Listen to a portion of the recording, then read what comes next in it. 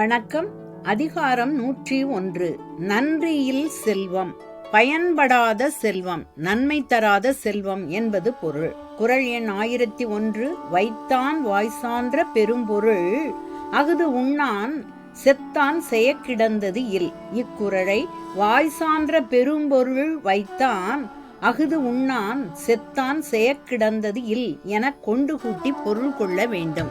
நிறைய பொருளை சேகரித்தவன் அதை தான் அனுபவிக்காமல் இறந்து போனால் சேர்த்து வைத்த செல்வத்தால் ஆன பயன் என்ன என்பது குறள் தரும் பொருள் ஆகும்.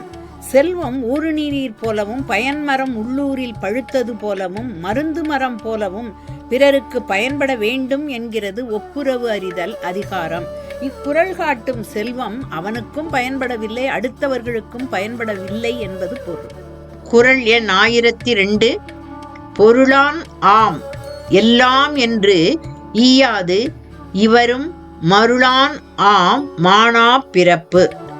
ஆம் ஆகும் இவரும் பற்றும் மானா பிறப்புடையவன் மாட்சிமையில்லாத பிறப்புடையவன். பொருளால் எல்லாம் செய்துவிட முடியும் என கருதி யாருக்கும் கொடுக்காமல் அதனை இறுக பற்றி கொண்டிருப்பவன் இழிபிறவி ஆவான்.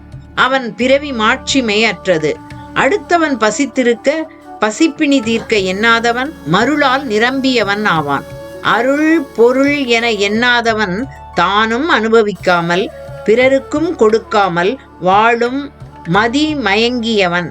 எனவேதான் வள்ளுவர் அவனை மானா பிறப்பு உடையவன் என்கிறார். குறள் எண் 1003. ஈட்டம் இவரி இசை வேண்டா ஆடவர் தோற்றம் நிலக்கு பொறை. ஈட்டம் ஈட்டுதல் பொருள் சேர்த்தல், இவரி விரும்பி, இசை புகழ், பொறை பாரம் சுமை. பொருளை தக்கவாறு பயன்படுத்தும் அறிவு வேண்டும். அவ்வாறு பயன்படுத்தாதவன் எத்தன்மையன் ஆவான் என்பதை இக்குறள் காட்டுகிறது.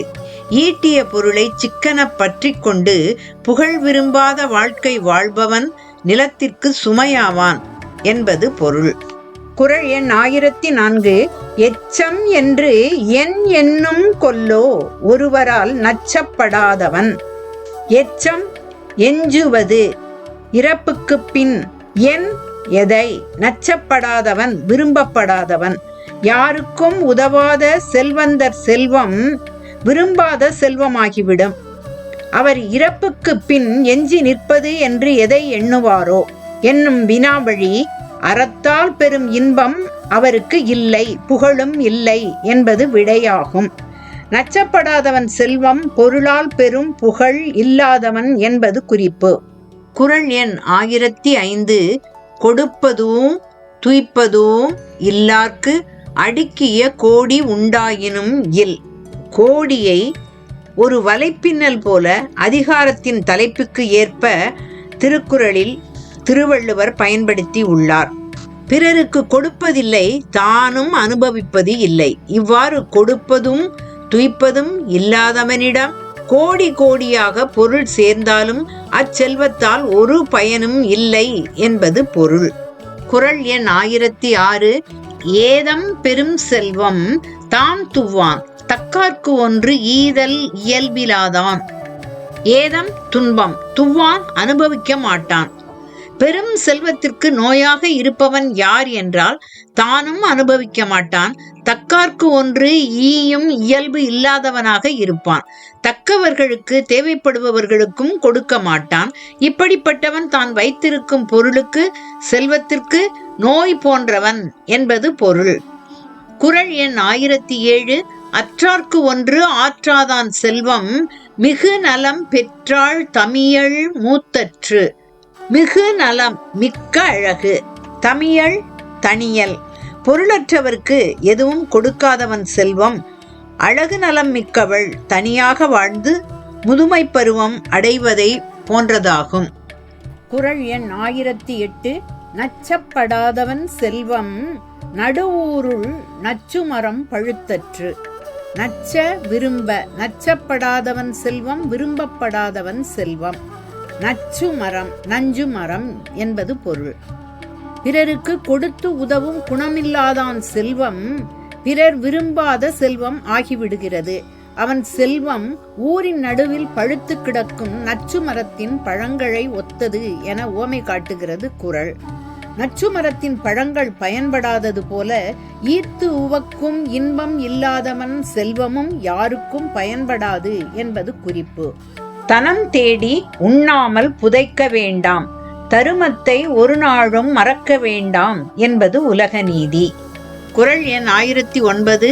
அன்பு ஒரீஇ தன் செற்று அறம் நோக்காது ஈட்டிய ஒன்பொருள் கொள்வார் பிறர். ஒரீஇ நீக்கி விலக்கி ஒழித்து, செற்று செறுத்து அழித்து, அறம் நோக்காது ஈதலின்மை நற்செயல் இன்மை, வறியவர்க்கு ஒன்று ஈவதே ஈகை, ஈகை குணம் அற்றவன் என்பது பொருள். அன்பில்லாது தன்னை வருத்தி அறம் நோக்காது தேடிய செல்வத்தை அவன் அனுபவிக்கப் போவது இல்லை, யாரோ எடுத்துக்கொள்ளப் போகிறார்கள் என்பது பொருள். குறள் எண் 1010. சீருடை செல்வர் சிறுதுணி மாறி வரம் கூர்ந்து அணையது உடைத்து. சீர் பெருமை புகழ் சிறப்பு, சிறு சிறிய துணி வறுமை, வரம் கூர்தல் வற்றுதல். நன்றியில் செல்வம் பற்றி பேசிய இவ் அதிகாரம் நிறைவாக நற்செல்வம் உடையவர் சிறிது வறுமையுற்றால் அந்நிலை எத்தன்மைத்து என்பதை எடுத்து காட்டுகிறது. கொடைப்பண்பு மிக்கவர்கள் சிறிது வறுமை அடைவது என்பது மழை பொழிவற்ற மேகத்தை ஒத்தது ஆகும். செல்வத்து பயனே ஈதல் எனச் சொல்லி மனித சமுதாயத்தை ஈகைக்கு ஆற்றுப்படுத்துகிறது நன்றியில் செல்வம் அதிகாரம்.